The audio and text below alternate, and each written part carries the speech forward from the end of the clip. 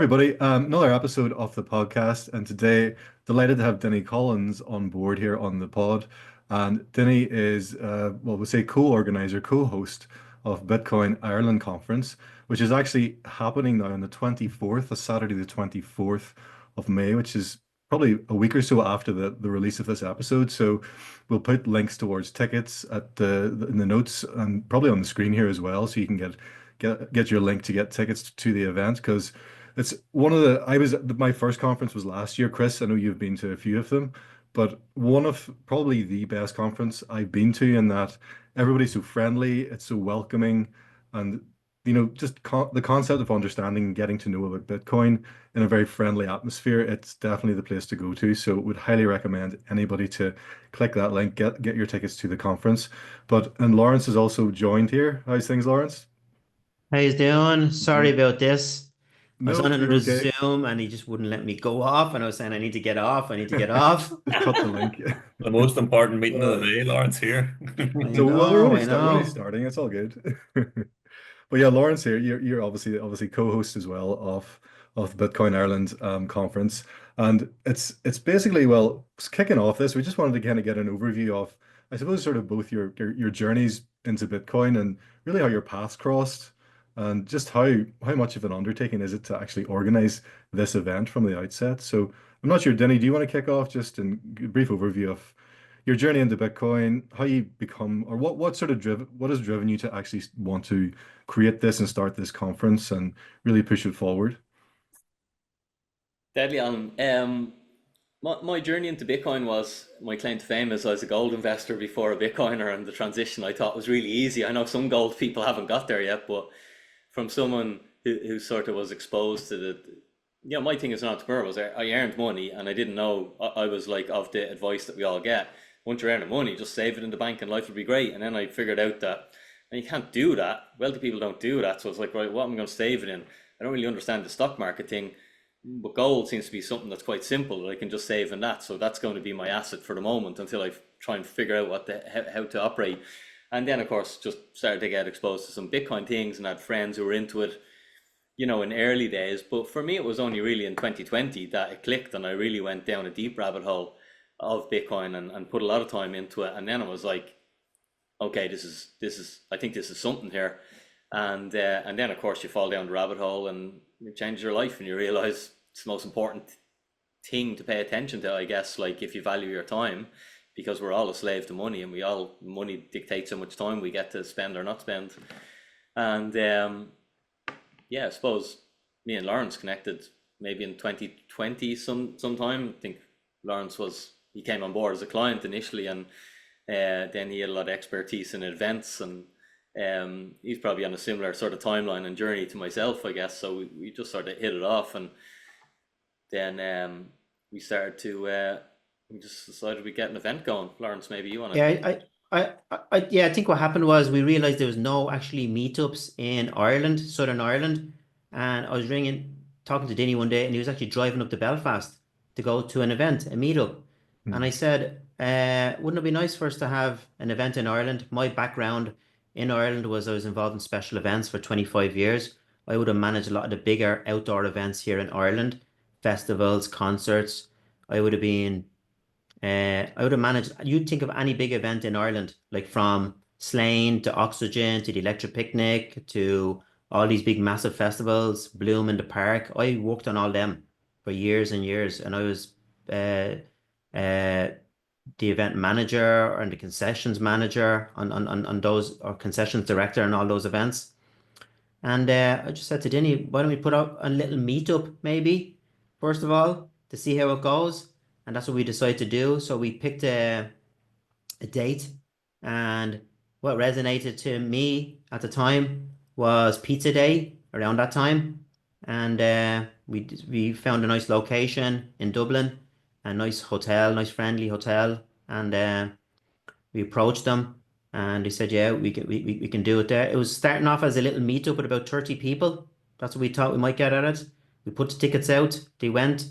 Then I said to Danny, think maybe we should add more tickets. Went to 50, and then I said maybe we should do a little bit of an event here, a little conference.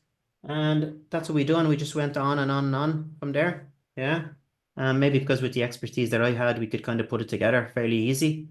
And there is a lot of work involved in putting on these conferences and events, but I had a lot of experience from it from before. And that's how Bitcoin Ireland started, 2022. Yeah. And we've Well, just grown it since then, this is on and on. the fourth year then, Lawerence and Dinny. Obviously you're passionate about it and it is a big undertaking. Um, I missed the first one. I've been to the last two. So this will be my third, the fourth event overall. It seems to be leveling up each year. Talk to us a bit about like, what's new about this year's event. Like what makes it stand out from previous conferences? Like what would you say to new people, that haven't experienced it before? Why should they come along? I would say it's like we've been to other conferences all over the world, and they're so big and so busy that you can't get near anyone. Whereas our conference, it still has that sort of small meetup style, although there's going to be a couple of hundred people at it. So you get access to everyone.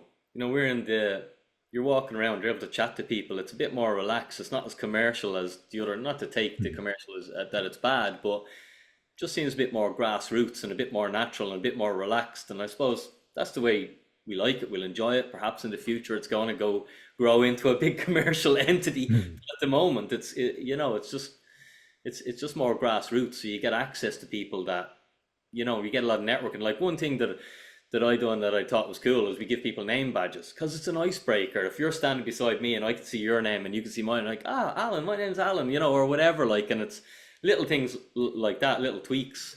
And I'm sure Lawerence, you can bring in because we've got some good stuff happening this year. Yeah, definitely. And the thing about it as well, and going back to what my expertise on events, I wanted something that we could have it like a hotel and a conference center, so everybody could stay in there. So basically, what happens is people come in on the Friday, they check in on the Friday. A lot of people do come in on the Friday, check in on Friday, and that's an amazing networking day. Saturday, the event is on for the whole day, and then we have an after party in the bar as well. And uh, this year, what we're doing for the speakers and any sponsors, they're gonna be we're doing a special event then the next day for that. Yeah, so it's like a weekend.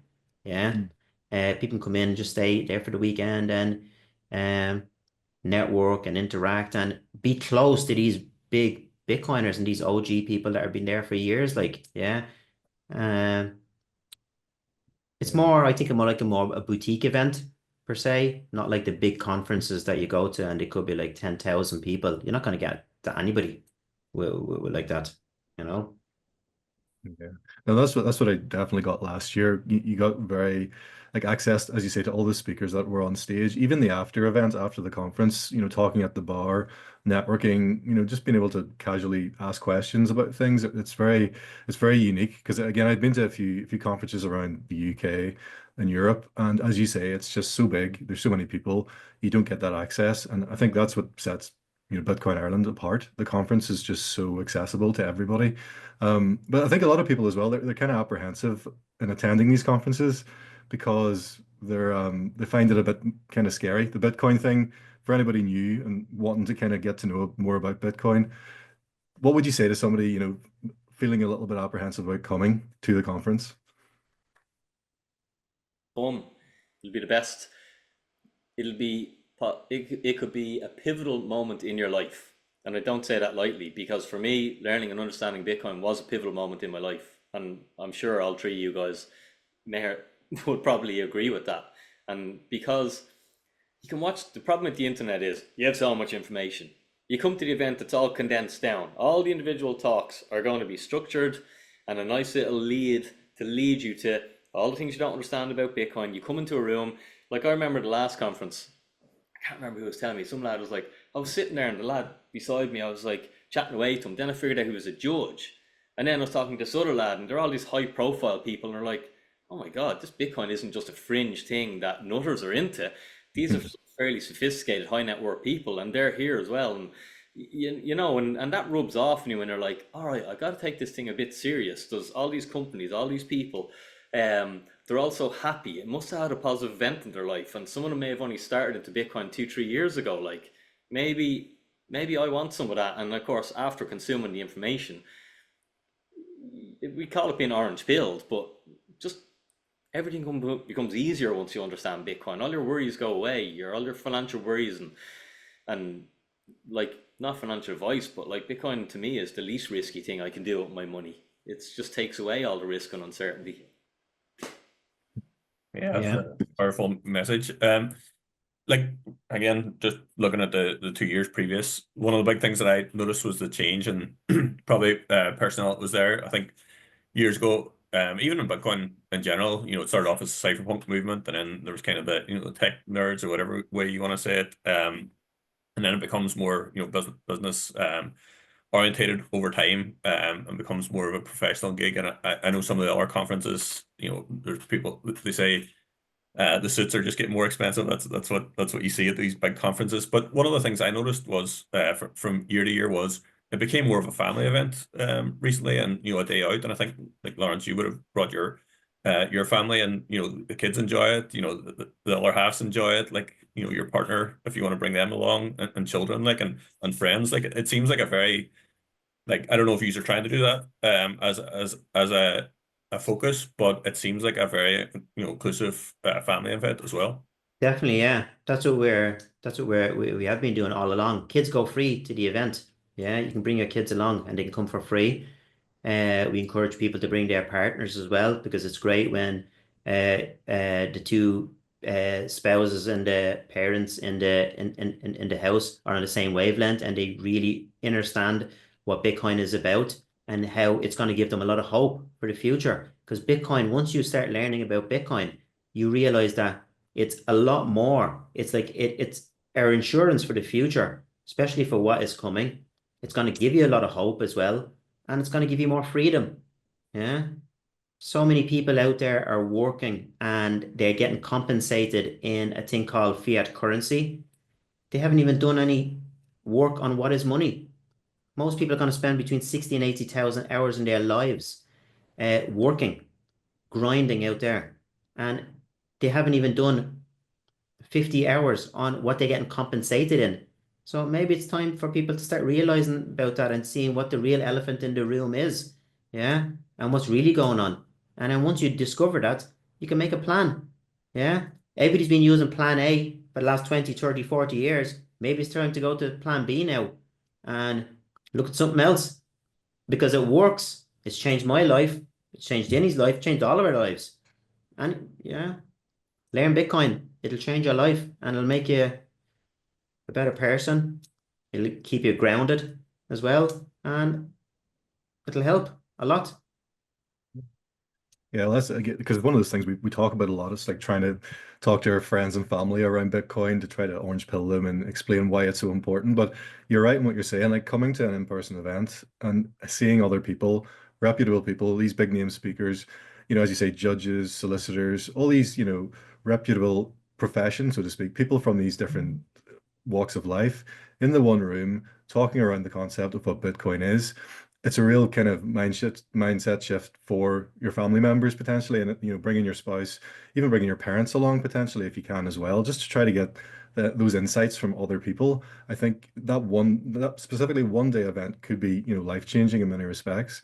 But as well with the types of speakers you have at the event, can you give us an overview of kind of the different kind of angles, where they come from, their expertise? What are some of the bigger name speakers, and the rundown of what the actual talk and conference will be like on the day?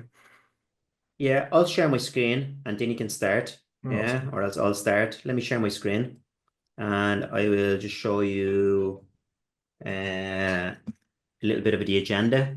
Yeah, now we're still tweaking it a little bit, but people can go to Bitcoin Ireland, have a look at the event.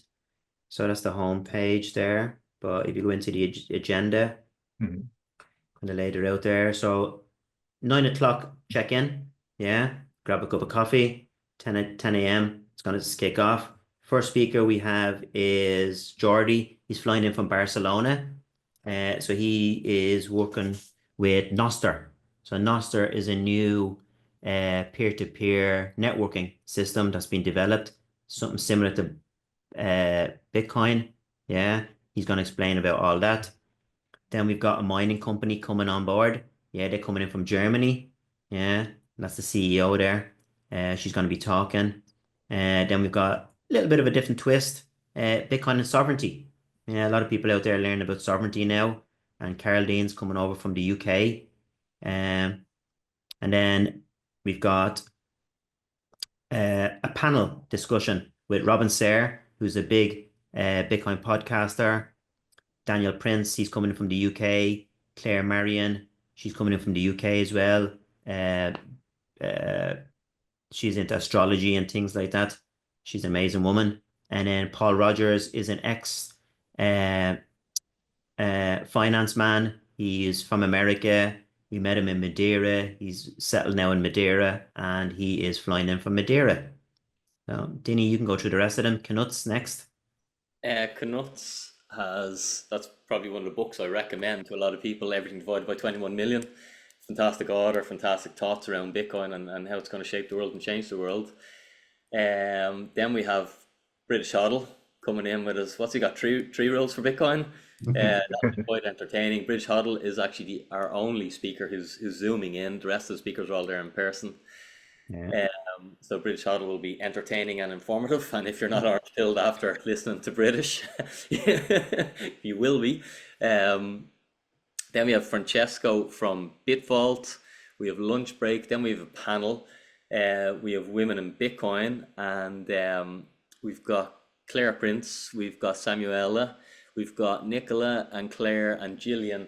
And one thing we noticed at the conferences is that it's mainly men, and we've been trying to sort of change the balance and attract more and more ladies, girls, females, into the Bitcoin ecosystem and to pay a little bit of attention to it. So that was that initiative. Then Daniel Prince is coming up, and he'll be giving a presentation. And after that, then we have another panel, which is Alan Jackson, John McGill, Dr. Peter Connor, Simon James, and myself. And that's just sort of about local Bitcoin adoption and orange pilling our friends, family, and our community, I guess. So that'd be quite interesting. Lawerence, if you want to bring it home there. Yeah. Then we've got Robin Thatcher flying in from the UK. He's part of the Bitcoin Policy UK, who've been working very closely with the government in the UK and advising the government about different policies and why they probably should create a Bitcoin strategic reserve, like how America has just signed in the last month a Bitcoin strategic reserve, and they want to buy 1 million Bitcoin in the next 5 years. So countries are starting to do their homework on Bitcoin, and they are all going to need this on their balance sheet for the future. They don't realize it yet, but some countries are just going to be ahead of the other countries. And whether you have your holding a sovereign wealth fund, or you're a pension fund, or you're an insurance company, or a smaller person running your own company, you need Bitcoin on your balance sheet. Yeah, because the bottom line is, and this is one of the things, the cost of money to most people in Europe or in the UK is running at around 13% a year. So what that means is the cost of money, how much it costs you to have euros or sterling or dollars in your pocket, is running at 13% per year before you do anything. Okay, so it's advisable, probably, well, we don't give financial advice, but do your homework and you'll realize that maybe you should have some Bitcoin on your balance sheet. Yeah. Then after Robin Thatcher, we have Dinny Collins coming on from the Bitcoin Advisor. And then we've got Kieran Doyle, who is, he's going to be talking about Bitcoin and taxation. He's an accountant in Ireland, and he's switching around his business now, and he's going to be looking after more crypto and Bitcoin people. So it'd be great to talk to him. Any business owners out there, come and talk to him. Then we've got somebody coming in from Dubai, which is Max Hillebrand. He is Sound Money Solutions, about custodying your Bitcoin, and they're teaching people about Bitcoin. And then at 5:20, we're going to have a panel as well with Ross Edwards, Francois Pulio, and Robin Sayre. And we're going to add two more people onto that. and they're going to be talking about where is Bitcoin going, yeah. Because what most people don't realize, the institutions are in now. They started coming in last year. There is a tsunami of institutions coming towards Bitcoin, and they're all doing their homework now. So it's just a matter of time, yeah, before they start getting Bitcoin on their balance sheet, and they realize it's their insurance as well, yeah, for the future. And I'm going to close it off with the Bitcoin strategic reserve. And there's going to be another panel with a couple of big OGs on it. Yeah, people that are in Bitcoin for a long time. And you're going to have Daniel Prince on that, Grafton Clark, Knut is going to be on that, and Theo from Bull Bitcoin. He's flying in from France. So, amazing lineup.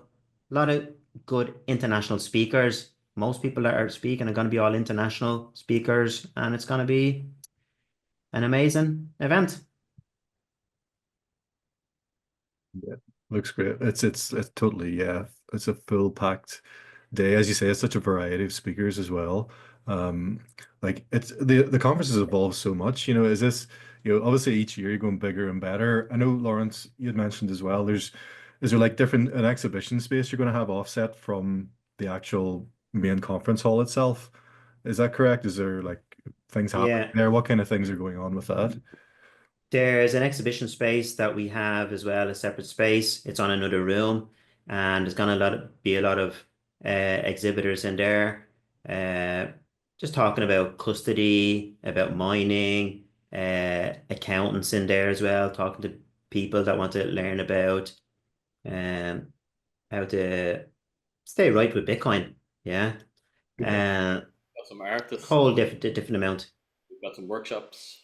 Yeah, we're going to be doing workshops as well. There's a few different workshops going to be running out during the day as well, and it's going to be amazing. Yeah, Awesome. It's more interactive in that respect too, so that's cool.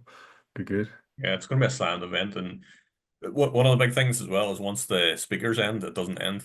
There's always, I know we hung about a couple of times afterwards as well, and it's always been the Guinness flows then. The Guinness and whiskey. That's what it's about. That's when the conversations really kick in. Then he Yeah. starts singing. Oh yeah, Did you sing last year or this, or did I imagine it? Knut can sing. We'll get him up there. Danny was think I got doing a a bit of microphone. karaoke. Yeah, man. But yeah, it's a nice bar area there as well to hang out afterwards, and that's where you kind of like speak to people and do a lot of the networking as well. Like there's obviously the evenings long then from them just to hang about and meet people and network, and yeah, like I've made some contacts that I still keep in contact with from that event, which is one of the main things that you want to do at those kind of events. So yeah, that's a super thing as well to do, and I'm sure you guys will be hanging about as well afterwards. Be there for the night, all right. We're there for the weekend. Also, you need the Friday and the Saturday night to stay over, really, don't you? You need to make a weekend of it, in Yeah. that respect. We have Definitely. discount codes for the hotel as well, don't we, Lawerence? Yeah, we have discount codes for the hotel as well. And if anybody wants to stay in the hotel, Bitcoin Ireland conference, going to get a good rate. Yeah, they gave us an amazing rate for the hotel. Like I think a double room, they're doing it for like I think 145 or something, or 150, including breakfast for 2 people, and a triple is only 169 for 3 people to stay. So people should connect and split the rooms if they want to, or do whatever they want. Yeah, I mean. Yeah, obviously we'll drop the link below the episode here so you can get easy access to get through and get your rooms booked, get the tickets booked for the conference as well. Yeah. I'm looking at these questions you had written there, Chris. There's one quite a good one actually. What is it? If you could have one famous Irish figure in the crowd soaking up the entire day of the Bitcoin Ireland conference, who would it be, and why do you think they get hooked on Bitcoin at the end? Who wants to take that? You want it, Lauren? Dinny go first, and then I'll go. Who would you like, Dinny, at the event? Who would I like at the event?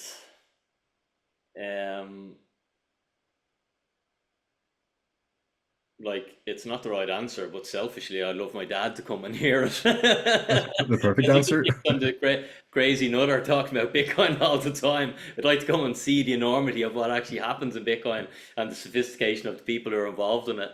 But I know that's not the correct answer to the question, so I Well, that's perfectly. That's probably the best answer to the question, to be honest. Lawerence, yeah. For me, it might be the wrong answer. It might suit everybody out there, but for me, I think, there's a lot of stuff happening in Ireland now. I don't like to get involved in and really mention about what's going on. People know what's going on themselves. They can see what's going on. I think I'd love to have Conor McGregor at the event. If he could orange pill Conor McGregor, man. And a lot of people don't like him, but he's been saying a lot of things in the last couple of months about what's going on in Ireland. And Ireland needs a bit of hope. Yeah. It certainly have that a could be an good interesting audience. one. Yeah, it would. It certainly would. It would be. The after party might be fun as well. Well, yeah. Chris, do you want to? I suppose we won't keep you on too long. Obviously, it's we'll keep the episode quite short and snappy, and so people can get access as well. Do you want anything else, Chris? Do you want to add anything? No, just from the guys. Like, what's the one key message you want to send to listeners about why they should join in this year and why they should visit the event and be part of this revolution? For me, aside from Bitcoin, I made it my business over the years to go to events, whether it was to learn how to meditate or learn business or learn how to sell. You can talk about it, you can hear it from your friend, you can look on the internet, you can buy CDs and listen to them, but nothing, it's all about energy. Nothing will give you the same impact of the energy of going to an event with hundreds of people in the room and to feel that energy and the impact that it'll have on you and the decisions you make. So for me, it's always worth the effort. Yes, it's a pain in the ass. You can just look at your phone and sit at home, or you have to go and drive somewhere. It's always worth it when you're trying to learn about something. For me, it's about in person, IRL, in real life. And that's why I'd encourage people to come and support. And it doesn't matter if you're an OG Bitcoiner or a no-coiner. I think it's more important for no-coiners to come. But OG Bitcoiners, you don't know the opportunities, as you said, Chris, like where all the networking, the opportunities in life come from networking, from getting out there, from going in real life, meeting people, having conversations. And that's where luck comes from, I think. Lucky people who everything works out for, it's not really luck. They made the effort. They've done things that other people were a bit too, quote, lazy to do. So I'd encourage people to come to the event. It's going to be absolutely awesome. It's going to be some crack, and it's going to be well worth your time. Awesome. Yeah. For me, I think if people come to the event, they're going to have a whole mindset shift about what they've been hearing about Bitcoin for the last 15 years. Yeah. We all missed it. Yeah. I missed it at $30 or $100. I didn't do my work. And it's changed my life now. And I believe anybody that does their homework on Bitcoin, it'll change their life as well for the better. Yeah. Because Bitcoin is a lot more things than just like a savings technology. It is our insurance, I believe. It is hope for the future. It's going to give you freedom as well. And, if you can quote like Jeff Booth wrote a book a few years ago, and The Price of Tomorrow. And from 2025 to 2035, we're about to have 100 years of change. Part of that change is we're moving from fiat currencies to digital currencies. The digital euro is launching sooner than most people think. And people need to learn about the change. So to put that into perspective, okay, about the change, right? We could be seeing every 40 days, we could be seeing a year of change. That's how fast things are going to move. Most people probably aren't aware of all this, but come and learn, hang out with the people that know what's going on, and learn how to protect yourself from inflation. That's what I say. Good advice. Yes. Yeah. And No, if anybody, I'll just say there before, if anybody wants to come to the event, they can get a ticket and they can use 21 million as a discount code and get 10% off. 21 million. Perfect. Good stuff.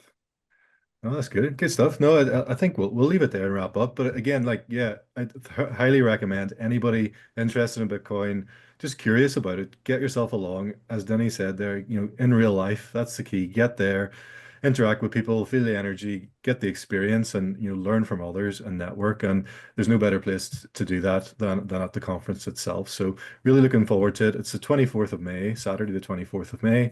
And we'll drop the links below. And again, do you want to, where can people find you both individually? Is it on X or, well, again, we'll drop your links obviously as well, but people can, follow along and see what's happening with the conference and with yourselves. But we'll drop that below. We'll get that from you afterwards, obviously, after the episode. But that's great. Good stuff. Anything else, Chris, to wrap up? Are you good? No, thoroughly enjoyed that, and definitely well worth attending the event. It's going to be awesome. Good stuff. Yes, looking Thanks, forward to guys. meeting you there, lads. We'll have a pint at the bar after it. Absolutely. Yeah, Thank good you. catch up again soon. Few Perfect. points. Few points. A good few points. Thanks for joining along, and thanks for getting you on here, and great chatting with you both, and really looking forward to the conference on the 24th. That's great. Take care. Cheers. Thanks. Cheers. Sláinte.